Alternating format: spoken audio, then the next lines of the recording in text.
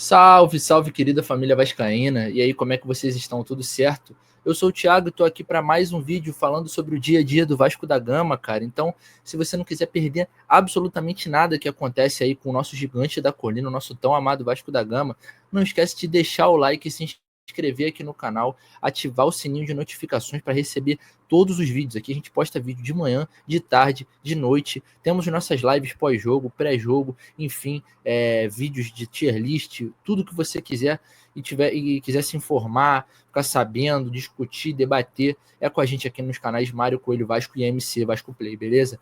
Então é isso. Tá dado o recado, compartilha com todos os seus grupos, Telegram, WhatsApp, e venha crescer e ajudar a família Mário Coelho Vasco a se perpetuar muito mais aí pela torcida do Vasco da Gama, beleza, rapaziada? Dado o recado, hoje temos uma partida importantíssima entre Vasco e Ceará, pela quarta rodada do Campeonato Brasileiro. O Vasco já fez 3 partidas, uma derrota e 2 vitórias, ou seja, 6 pontos. Duas dessas vitórias, né, 100% das nossas vitórias foram em casa, na partida de estreia contra o Santos e agora na última contra o Sport. E o Vasco vai para uma partida, digamos assim, mais acessível, contra um time que está na parte de cima da tabela, eu digo mais acessível em relação ao elenco mesmo, e como é que eu posso dizer, na equiparação nua e crua, a gente tira esse Vasco e Ceará para um jogo possível de tirar fora de casa. Então o Vasco vai enfrentar o Ceará hoje, às 9h30 da noite, lá no Castelão. Um jogo difícil, mas acessível. Então é um jogo onde, enfim, a gente vai comentar um pouquinho mais sobre isso aí, um pouquinho mais sobre as nuances, escalações, e é isso. Então deixa o like e vamos embora pro vídeo. Bom, primeira coisa que eu queria comentar aí sobre esse Vasco e Ceará é justamente essa questão dos pontos, né, cara? Eu acho que é muito acessível que o Vasco faça uma boa partida lá no Castelão e tire um bom resultado da partida contra o Ceará. Talvez o Ceará venha embalado assim, veio de uma derrota no Alfredo Jaconi contra o Juventude por 2-1 de virada, mas é uma equipe que vem fazendo um bom começo de Campeonato Brasileiro, acredito para as expectativas. Então, o fator de jogar em casa e ter vindo de uma derrota fora pode ser que faça com que o Ceará jogue mais confiante na partida. E acho que pode acabar vindo para cima do Vasco, pode tentar ter a bola, enfim, não sei se viu o jogo contra o Sport, e se acabar se impondo dentro de casa, pode ser que fique com o domínio da bola e deixe o Vasco um pouco mais desconfortável. Cabe ao Vasco ter mental, resiliência, caso isso aconteça, de jogando fora de casa, saber sofrer, saber jogar e saber matar a partida que nem fez dentro de São Januário e, de certa forma, como fez em relação ofensiva no jogo contra o Melgar. A gente precisa melhorar ainda quando está sendo pressionado na questão defensiva, afinal o Vasco sempre cede algum gol e tá feia a situação. O Vasco sempre, ou quase sempre, toma um gol e, enfim, isso é o tipo de coisa que não pode acontecer. Enfim, rapaziada, em relação à escalação, nós temos aí algumas surpresas, ou não tantas surpresas assim. Nós temos a não ida do Felipe Coutinho até o Ceará para enfrentar a equipe do Ceará lá em Fortaleza, no Castelão. O jogador vai ser preservado ali junto com a equipe de performance, que provavelmente deu a ordem a ordem não, mas deu um toque ali na comissão técnica, falou, cara, melhor deixar o Coutinho de fora dessa, vamos utilizar o Payet, que provavelmente será o titular. Tietê também ficou de fora dos relacionados devido a um problema familiar. Então, assim, 2 dos nossos titulares ficarão de fora do jogo, o que é algo importante, querendo ou não. E, obviamente, a gente também não pode esquecer dele, Maurício Lemos, que, como disse o Carille, de forma até surpreendente na minha visão, Maurício Lemos vai ficar de fora por tempo indeterminado aí do elenco. Então teremos Lucas Freitas mais uma partida à frente ali da zaga vascaína, ao lado do João Vitor, beleza, rapaziada? Então é uma escalação, assim, digamos, de certa forma mista. Acho que dessa vez a gente pode utilizar a palavra mista, porque a provável escalação vem com o Vasco mais ou menos assim, ó.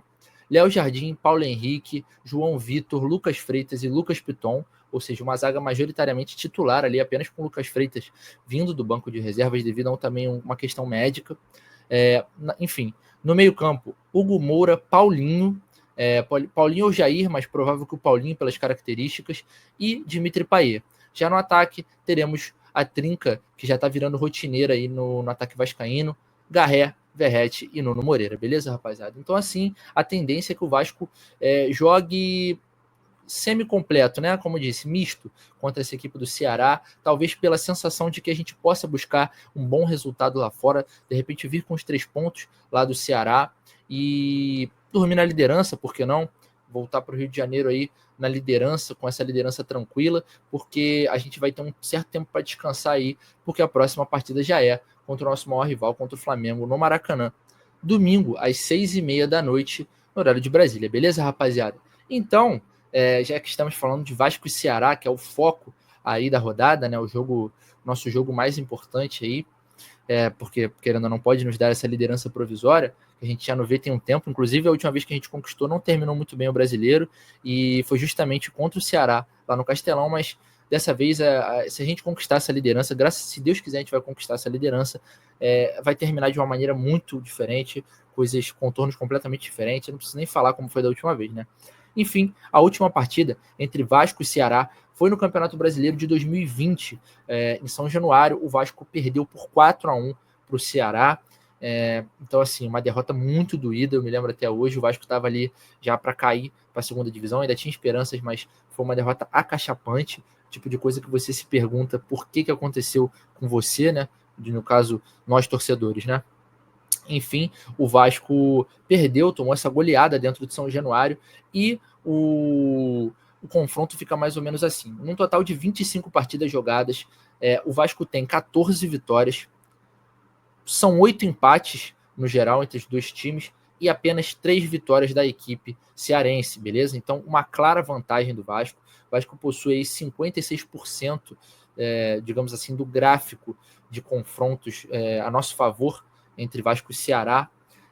E dessas partidas entre Vasco e Ceará, 2 partidas que o Vasco perdeu para a equipe cearense, 2 de 3, 2 foram em casa, cara. Então, assim, por mais que São Januário seja a nossa força, o nosso retrospecto, não é óbvio, a gente ainda tem grande maioria das vitórias em cima uma grande vantagem em cima do Ceará, mas fato é que de 3 vitórias, 2 serem dentro de casa, 2 serem em São Januário, 2 vitórias adversárias em São Januário, não é uma coisa bacana. Então, é o tipo de coisa que a gente tem que mudar essa temporada, tem que diminuir um pouquinho mais essa porcentagem deles, aumentar a nossa porcentagem de vitórias, e enfim, cara, bom, como disse, é um jogo que, na minha visão, o Vasco tem totais condições de sair da casa do adversário com uma pontuação na bagagem, seja 1 ou 3 pontos. Basta o time também, obviamente, jogar com uma vontade que vem apresentando, né, cara? Uma gana que eu vejo na equipe, por mais que de vez em quando não esteja apresentando o melhor futebol, eu acho que a gente não pode reclamar de falta de vontade dessa equipe nesse começo de Campeonato Brasileiro. Afinal, é aquele lema que o Pedrinho comentou no ano passado com a equipe do Paiva, que esse ano a gente se questionou se teria se perdido ou não, mas acho que ainda está vivo entre os jogadores, que os resultados podem não acontecer, mas competir é inegociável.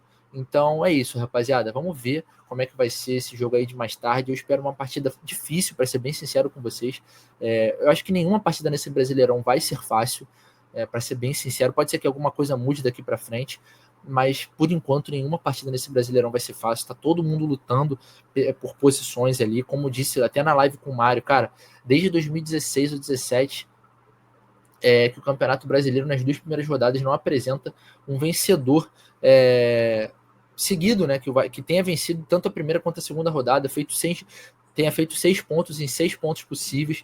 Então, para você ver como ele está polarizado esse campeonato, tá difícil jogar na casa dos adversários, todo mundo está fazendo valer o fator casa, às vezes o adversário consegue roubar um pontinho fora de casa, como vem fazendo a equipe do Mirassol, que já roubou, se eu não me engano, ali 2 pontinhos fora de casa, contra a equipe do Bahia e contra a equipe do Cruzeiro. Então, enfim, tem que ficar de olho. Não está sendo um campeonato fácil, não vai ser até o final, e nos resta jogar da melhor maneira possível todas as rodadas. Beleza, rapaziada? É isso, esse foi o vídeo de hoje. Muito obrigado por terem assistido. Espero vocês na live pós-jogo mais tarde, aí na live comentando essa partida entre Vasco e Ceará, as nuances, e espero também os 3 pontos na bagagem para a gente discutir de uma forma mais tranquila. Beleza, rapaziada? Tamo junto, deixa o like, se inscreve no canal, e é isso.